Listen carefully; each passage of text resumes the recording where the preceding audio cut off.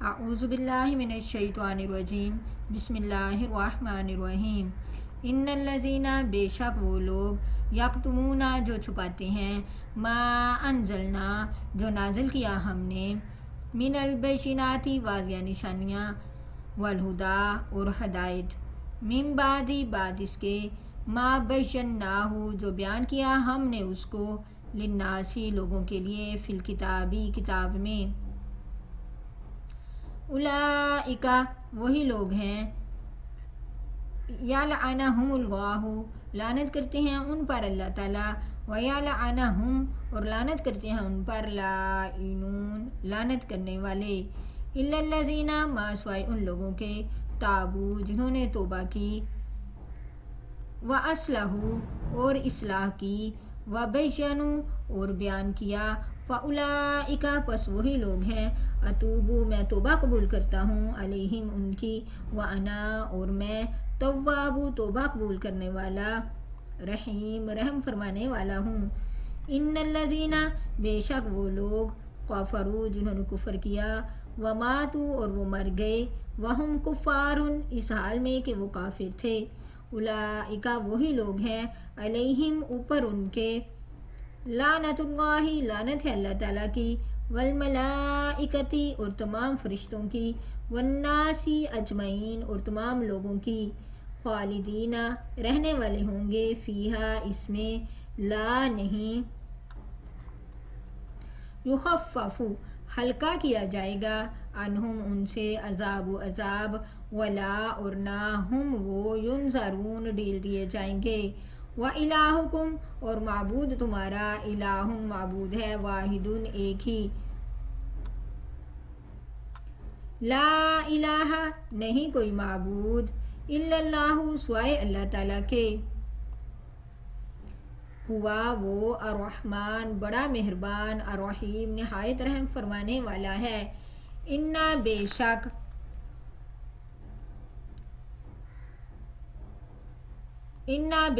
فی خلقی پیدا کرنے میں سماوات آسمانوں کے والارض اور زمین کے واختلافی اور بدلنے میں لیلا رات کے والنہاری اور دن کے والفلک اور کشتی التی وہ جو تجری چلتی ہے فی البحری دریا میں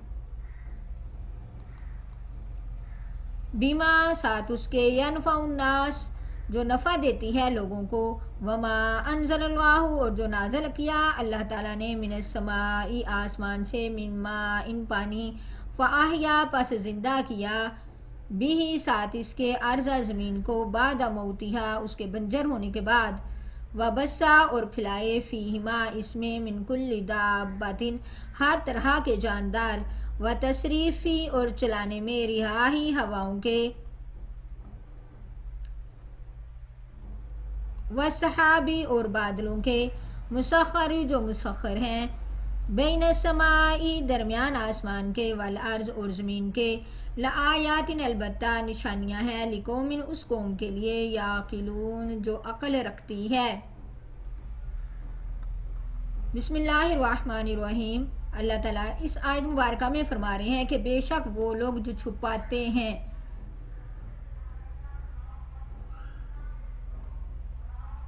ان الذین یکتمون ما انزل اللہ بے شک وہ لوگ جو چھپاتے ہیں من البینات واضح دلیلیں والہدا اور ہدایت من بعد اس کے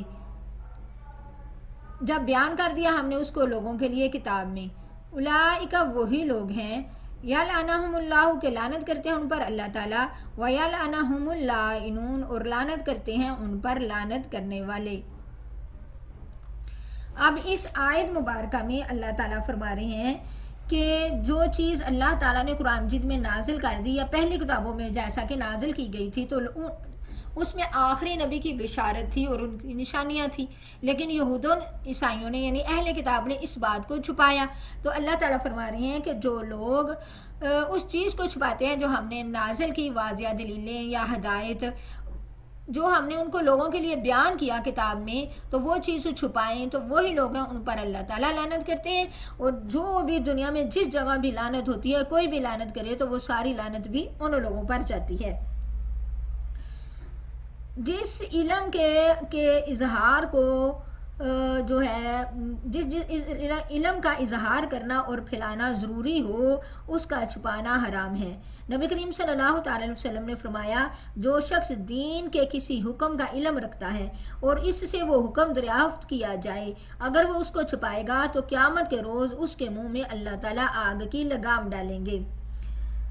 اب یہاں بھی ایک مسئلہ آتا ہے کہ علم کو چھپانے کی یہ سخت وعید انہی علوم اور مسائل کے متعلق ہے جو قرآن اور سنت میں واضح بیان کیے گئے ہیں، اور جن کے ظاہر کرنے اور پھیلانے کی ضرورت ہو. وہ باریک اور دقیق مسائل جو عوام نہ سمجھ سکے بلکہ خطرہ ہو کہ وہ کسی غلط فہمی میں مبتلا ہو جائیں گے، تو ایسے مسائل اور احکام کا عوام کے سامنے بیان نہ کرنا ہی بہتر ہے. وہ اس چھپانے کے علم میں نہیں آئیں گے، وہ اس آیت کے زمر میں نہیں آئیں گے، کیونکہ حضرت علی کرم اللہ وجہ کا جو ہے ایک بیان نقل ہے کہ فرمایا کہ عام لوگوں کے سامنے صرف اتنا ہی علم جو ہے وہ ظاہر کیا جائے کہ جو ان کی عقل، جو ان کی فہم برداشت کر سکے، اس سے زیادہ جو ہے وہ ظاہر نہ کیا جائے. ایسا نہ ہو کہ وہ بات ان کی سمجھ میں نہ آئے اور وہ فتنے میں مبتلا ہو جائیں.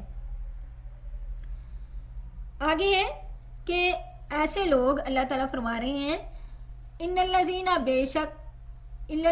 ماسوائے ان لوگوں کے جنہوں نے توبہ کی. یعنی اب یہود و عیسائیوں نے اگر وہ باتیں چھپائی تھی تو بعد میں توبہ کر لی اور اصلاح کر لی، اور جو بات چھپی تھی یعنی آخری نبی کی بشارت جو انہوں نے لوگوں سے چھپائی تھی، وَبَيَّنُوا اس کو لوگوں کے لیے بیان کر دیا، فَأُولَٰئِکَ پس وہی لوگ ہیں، أَتُوبُ إِلَيْهِمْ میں ان کی توبہ قبول کرتا ہوں، وَأَنَا التَّوَّابُ الرَّحِيمُ اور میں توبہ قبول کرنے والا رحم فرمانے والا ہوں.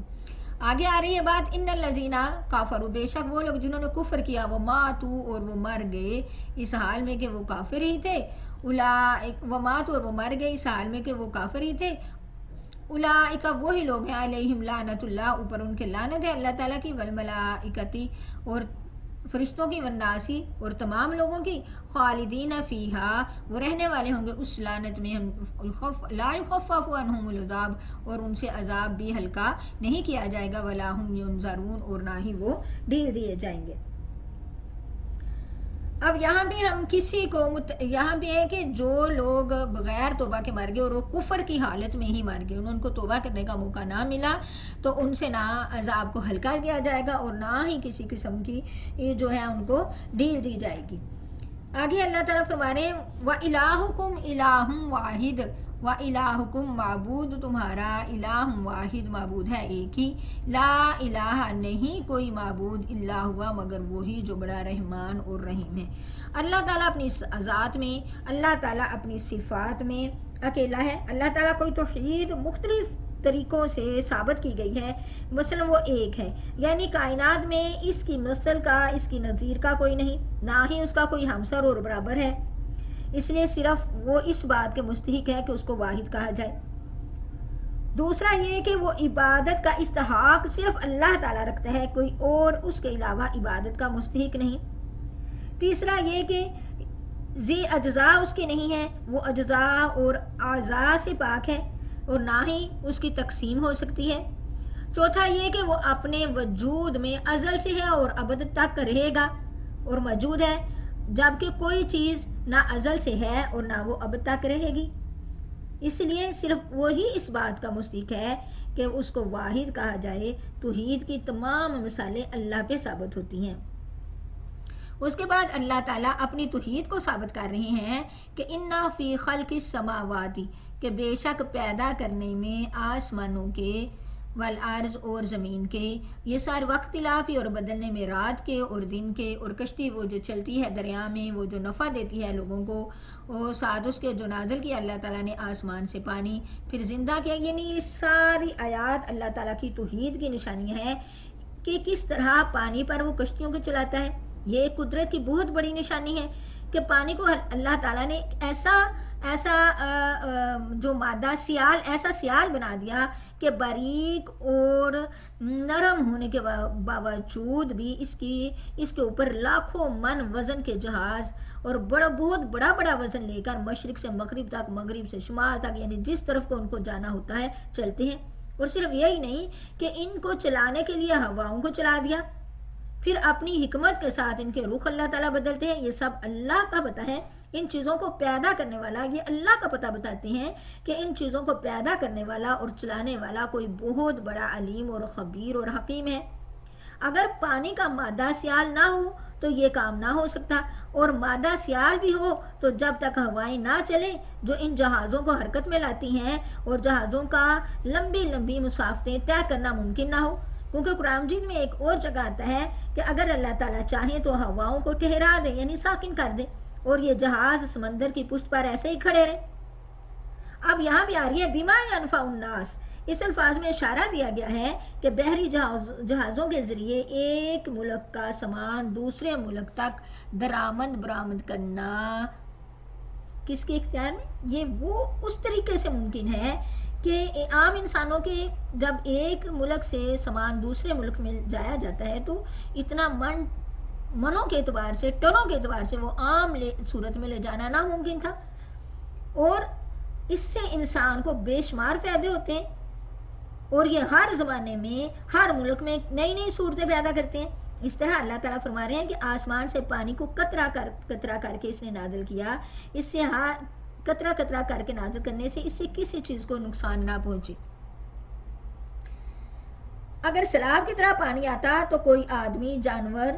سامان کچھ باقی نہ رہتا۔ پھر پانی برسنے کے بعد اس کا زمین میں محفوظ کرنا انسان کے بس کا کام نہیں تھا۔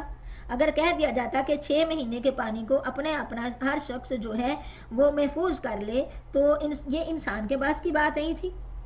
تو ہر شخص اس کو رکھنے کا کیا انتظام کرتا، کس طرح بھی رکھ لیتا تو وہ سڑنے اور خراب ہونے سے کیسے بچاتا؟ قدرت نے یہ سب انتظامات خود فرما دیے اللہ تعالیٰ نے۔ پھر اللہ تعالیٰ فرما رہے ہیں کہ اللہ نے اپنی قدرت سے پانی کو اہل زمین، انسانوں اور جانوروں کے لیے تو کہیں کھلے تالابوں میں اور حوضوں میں جمع کر دیا، اور کہیں پہاڑوں کی زمین میں پھیلی ہوئی رگوں کے ذریعے زمین کے اندر اتار دیا۔ ایک غیر محسوس پائپ لائن بچھا دی، ہر شخص جہاں چاہے کھود کر پانی نکال لیتا ہے، اور اس پانی کا ایک بہت بڑا ذخیرہ جو ہے وہ برف کی صورت میں پہاڑوں کے اندر رکھ دیا کہ وہ سڑنے اور خراب ہونے سے محفوظ رہے، اور آہستہ آہستہ پگھل کر زمین کے اندر قدرتی پائپ لائن کے ذریعے مختلف ایریے میں پہنچا دیا۔ یعنی یہ ساری چیزیں کہ اللہ تعالیٰ نے پھر ہواؤں کو مسخر کیا، بادلوں کو مسخر کیا، آسمان اور زمین کے درمیان، یہ اللہ کی نشانیاں ہی ہیں۔ اگر تم عقل رکھتے ہو تو دیکھو یہ اللہ کی نشانیوں میں سے ہے۔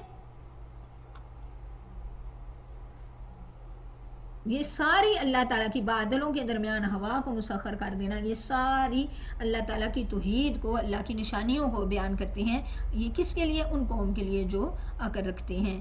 اللہ تعالیٰ مجھے اور آپ کو عمل کرنے کی توفیق عطا فرمائے۔ السلام علیکم ورحمۃ اللہ